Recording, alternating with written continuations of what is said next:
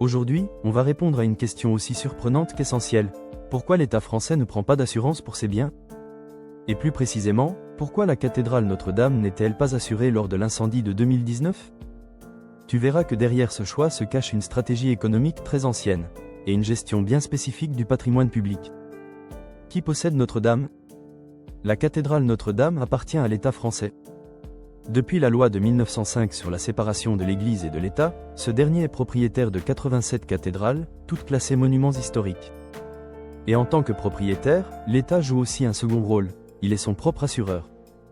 Pourquoi l'État n'assure-t-il pas ses bâtiments? Tout remonte à une décision du ministère des Finances de 1889, le chiffre annuel des primes que le Trésor public aurait à payer serait disproportionné avec les indemnisations qu'il pourrait toucher.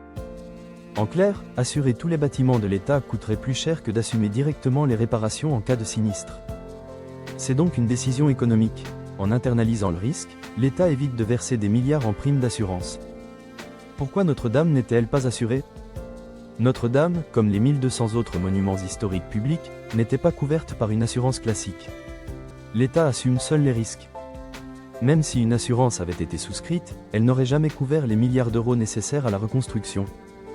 Les plafonds habituels tournent autour de 200 millions, bien en dessous des besoins de Notre-Dame. Qu'en est-il des entreprises intervenues sur le chantier? Le jour de l'incendie, 5 entreprises travaillaient sur place. Si l'une d'elles est jugée responsable, l'État peut exercer un recours contre elle.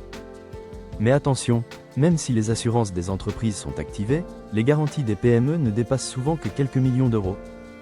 Par exemple, AXA, qui assurait 2 entreprises du chantier, s'est engagé à verser 10 millions d'euros. Bien loin du milliard nécessaire. Les œuvres d'art étaient-elles assurées? La responsabilité de l'assurance des œuvres revient au diocèse. Mais dans les faits, la plupart des objets religieux anciens ne sont pas assurés, car leur valeur est inestimable et leur remplacement impossible. Peut-on estimer la valeur d'un monument comme Notre-Dame? Très difficilement.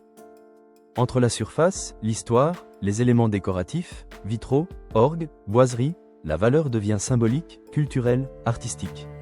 Donc inassurable. C'est justement l'une des raisons pour lesquelles l'État reste son propre assureur. Aucun contrat ne pourrait couvrir des biens aussi uniques. Qui finance la reconstruction? 3 grandes sources. L'État, 345 millions d'euros dès 2019 et des rallonges prévues. Le secteur privé, des mécènes comme les familles Arnaud, Bettencourt et Pinault ont donné plus de 500 millions d'euros. Les citoyens, près d'1 milliard d'euros récoltés grâce à une souscription nationale. Pourquoi un militaire a-t-il été nommé? Le général Jean-Louis Georgelin a été désigné pour piloter la reconstruction. L'objectif fixé par Emmanuel Macron, réouvrir Notre-Dame en 5 ans. Le choix d'un militaire garantit rigueur, discipline et gestion de projets à grande échelle. En résumé, l'État est son propre assureur pour des raisons économiques et stratégiques. Notre-Dame, bien qu'inestimable, n'était pas assurée.